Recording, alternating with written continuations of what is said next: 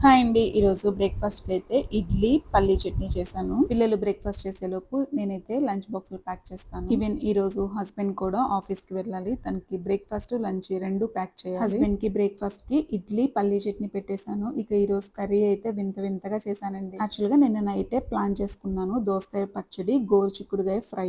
So, గోరుచిక్కుడుకాయలు నిన్ననే cut చేసి పెట్టేసేసాను నిన్న నైట్. మార్నింగ్ లేచి దోసకాయ పచ్చడి చేయటానికని చెప్పి దోసకాయ చేసి చూస్తే అది చేదయింది. ఓకే, చిక్కుడుకాయ ఫ్రై ఒకటి చేద్దాం అనుకున్నాను. కానీ అది కూడా ఇక నిల్వ పచ్చళ్ళు ఉంటాయి కదండి, టమాటో పచ్చడి అవి వేసి కలిపి చిక్కుడుకాయ ఫ్రై పెడదాము అనుకున్నాను.